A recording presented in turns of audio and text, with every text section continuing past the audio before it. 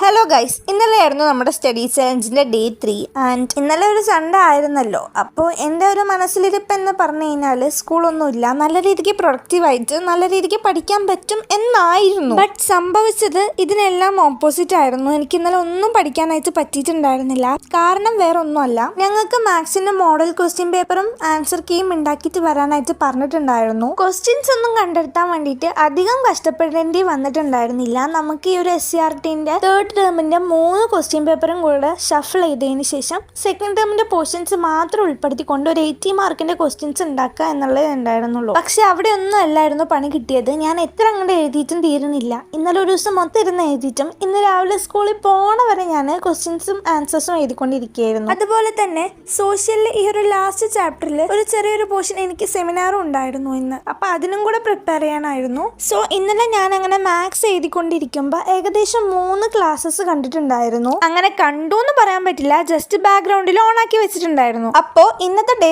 4 എന്ന് പറയുന്നത് ഇന്നലെ ക്ലാസ് വെച്ചിട്ടുണ്ടായിരുന്ന ചാപ്റ്റേഴ്സ് ഒക്കെ പഠിക്കുക എന്നുള്ളതാണ്. അപ്പൊ ശരി, ബൈ.